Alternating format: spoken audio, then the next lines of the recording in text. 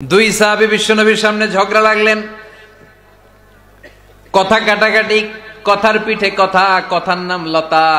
কথা বলতে বলতে ঝগড়া লাগতে লাগতে এক সাহাবী রেগে মেগে আগুন, মারামারির জন্য উদ্যত হলেন।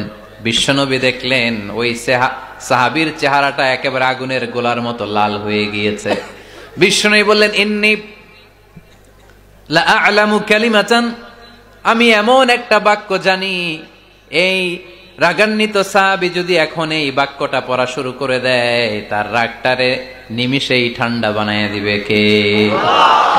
ওই সাহাবী বললেন, ইয়া রাসূলুল্লাহ, কি সেই বাক্য আমারে শিখায়া দেন। বিশ্বনবী বললেন, পড়ো, আউযু বিল্লাহি মিনাশ শাইতানির রাজীম। আবার পড়েন, আউযু বিল্লাহি মিনাশ শাইতানির রাজীম। সুবহানাল্লাহ।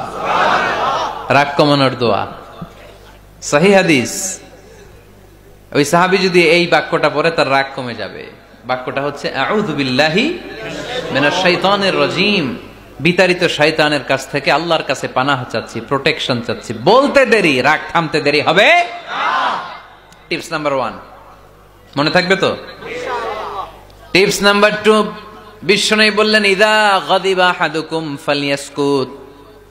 তোমাদের যখন প্রচন্ড রাগ চলে আসে, বেশি যখন, প্রচন্ড যখন তোমরা রেগে যাও, তখন কথা বন্ধ করে চুপ হয়ে যাও। কি করতে হবে?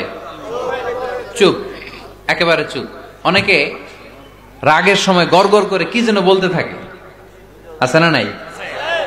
রাগে গড়গড় করতে থাকে আর কি যেন বলতে থাকে। যত বলবেন, যত গালি দিবেন, বলে না গালি দেয় না রাগের সময়, অশ্রাব্য ভাষায় অনেকে গালি গালাজ শুরু করে দেয়, আছে না নাই? না, আসুকুত, ইদা গাদিবা আহাদুকুম ফালিয়াসকুত। আল্লাহ রাসূল সাল্লাল্লাহু আলাইহি ওয়াসাল্লাম বললেন, যখন তোমাদের কেউ প্রচন্ড রেগে যায়, সে তার কথা যেন বন্ধ করে দেয়।